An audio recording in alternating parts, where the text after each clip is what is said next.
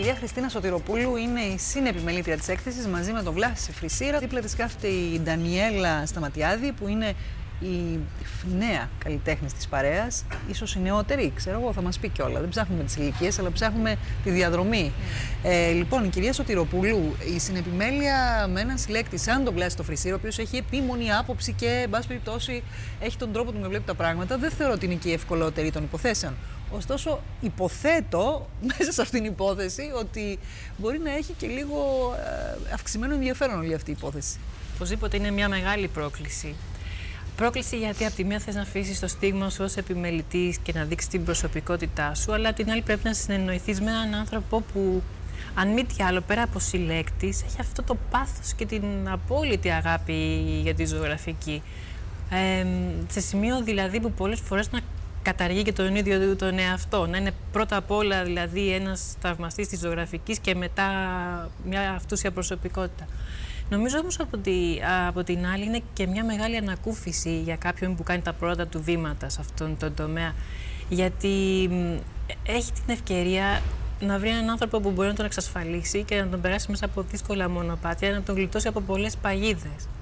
Οπότε ουσιαστικά είναι σαν ένας καθοδηγητής, βοηθάει περισσότερο. Σε αυτή την έκθεση δεν προσπάθησα καθόλου να δείξω το δικό μου, να αφήσω το προσωπικό μου στίγμα, γιατί ήξερα ότι εκείνος το κατέχει σε έναν πολύ μεγάλο βαθμό. Οπότε μόνο να μάθω θα μπορούσα και όχι να δείξω. Μ' αρέσει πάρα πολύ η στάση σας, πρέπει να πω. Να μου πεις τι σημασία έχει. Έχει.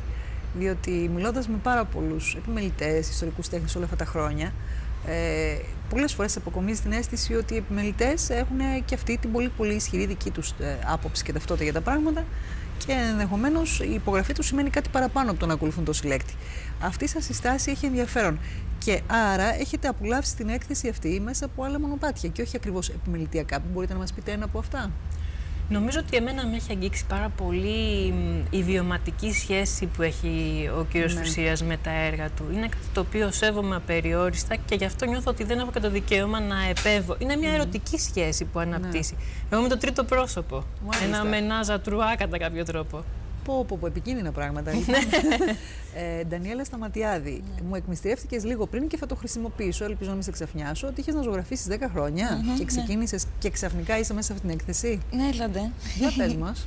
Λοιπόν, παρόλο που τη σχολή τελείωσα πριν 12 χρόνια περίπου, για βιοπροριστικούς λόγους ασχολήθηκα κατευθείαν με την εικονογράφηση παιδικού βιβλίου.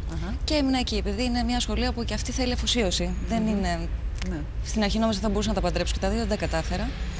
Και περάσαν έτσι τα χρόνια, θεωρώντας ότι δεν θα ξανασχοληθώ με ζωγραφική, μέχρι που γίνανε διάφορα συνταρακτικά πράγματα στη ζωή μου, όχι καλής φύσεως, και έτσι αναγκάστηκα να θεωρήσω λίγο τις προτεραιότητές μου. Μάλλον δεν αναγκάστηκα, ευτυχώς αναθεώρησα τις προτεραιότητές μου. Αυτή η δουλειά που βλέπουμε στη συγκεκριμένη έκθεση και συλλογή έχει να κάνει με αυτό τα γεγονότα που σου συνέβησαν ή τις αποχές σου ή τις επιστροφές σου? Η αλήθεια είναι ότι ό,τι και αν κάνω έχει μια σχέση, διότι μιλάει για το φόβο, τον ανθρώπινο φόβο.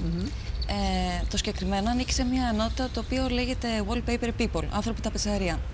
Ο τίτλος έχει δοθεί για να δείξει το ότι αυτοί οι άνθρωποι είναι κολλημένοι μονάδες σε ένα φόντο, σε ένα μοτίβο το οποίο κάπως μιλάει για την καθημερινότητα. Και τα μικρά σώματα δείχνουν την ανικανότητα της δράσης, αντίδρασης προς την καθημερινότητα αυτή. Το συγκεκριμένο μάλιστα έχει και κινητά στοιχεία που δεν τα βλέπετε στο κατάλογο, τα οποία είναι τα μοναδικά τα οποία επικοινωνούν λίγο με το θεατή. Είναι η κραυγή για βοήθεια. Κάπως έτσι είναι το όλο κόνσεπτ και κάπως έτσι ήμουνα και πριν ξεκινήσω να ζωγραφίσω πάλι. Μάλιστα. Νομίζω ότι τα έργα μιλάνε ούτως ή άλλως από μόνα τους και πολύ δυνατά. Απλά αυτές οι σημειώσεις λόγου βοηθάνε ίσως τους θεατές ή και να πιστούν ή και να συμπληρώσουν την εικόνα. Η όλη έκθεση, το άσπρο μαύρο, και αυτό που ρωτάω και όλους, η ίδια η ιδέα του άσπρου μαύρου, καλλιτεχνικά εσάς σας καλύπτει ή έχετε και άλλα πράγματα με τα οποία θα θέλατε να ασχοληθείτε ή έχετε ήδη ασχοληθεί?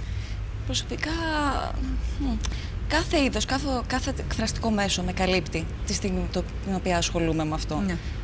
Αυτή είναι μια στιγμή δηλαδή. Ναι, είναι μια στιγμή. Είναι μια στιγμή. Με ενδιαφέρουν και άλλα πράγματα. Κατασκευές μέσα στο τελάρο, το χρώμα, πάρα πολλά. Μάλιστα. Κυρία Σωτηροπούλου, στο κείμενό σας στο κατάλογο αναφέρεστε σε πράγματα έτσι, ιστορικά, θα λέγαμε, και σε κάποιες αξιολογήσεις της εποχής και αναφέρετε και κάποιους καλλιτέχνες. Πέρα από την σχέση σας με τον Βλάσιο Φρυσίρα και την έκθεση, η δική σας η άποψη για την εποχή του άσπρου μαύρου ποια είναι? Εποχή, τέλος πάντων. Ακριβώς. Νομίζω ότι σε αυτά τα τελευταία χρόνια η επιστροφή της ζωγραφικής ήταν θριαμβευτική. Αλλά πρώτα έκανε αισθητή την παρουσία της ως η ζωγραφική του χρώματος. Δηλαδή ο κόσμος μετά από όλες αυτές τις πολύ νέες τεχνολογίες που μπήκανε στον εικαστικό χώρο, κουράστηκε και θέλησε να ξαναγυρίσει στην παράδοση τη ζωγραφική. Πρώτα την βίωσε ως χρώμα. Τώρα νομίζω ότι θα αρχίσει να ψάχνει και τη ζωγραφική που θα αποδεικνύει, θα γίνεται αυταπόδεικτη η καλλιτεχνική αξία μέσα από το άσπρο μαύρο. Δηλαδή μέσα από την αφαίρεση, μέσα από τη λιτότητα. Γιατί θα έρθει σε πολύ μεγάλη αντιδιαστολή και αντιπαράθεση με το ευρύτερο κλίμα το κοινωνικό. Νομίζω ότι ο κόσμος έχει κουραστεί πλέον από αυτή την υπερπληθώρα εικόνας και χρώματος. Και επίσης, ίσως είναι η ώρα να μιλήσουμε για την μη αντίθεση του άσπρου και του μαύρου. Ακριβώς, την αντίθεση. τη σύνθεση. Τη σύνθεση, πολύ ωραία. Συμφωνούμε. Ευχαριστώ πολύ. Ναι, νομίζω ότι συμφωνούμε απολύτως. Η σύνθεση του άσπρου μαύρου νομίζω είναι μια καινούρια πρόταση για το μέλλον. Πολύ ωραία. Ευχαριστώ, κυρίες μου.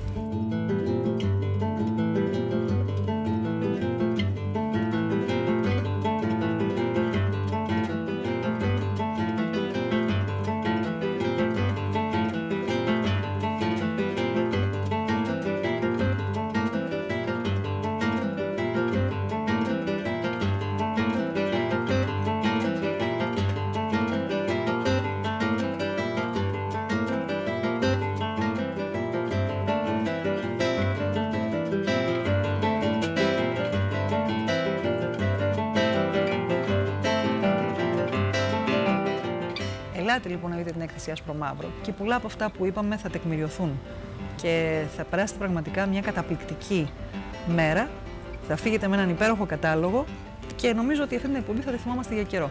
Καλό βράδυ.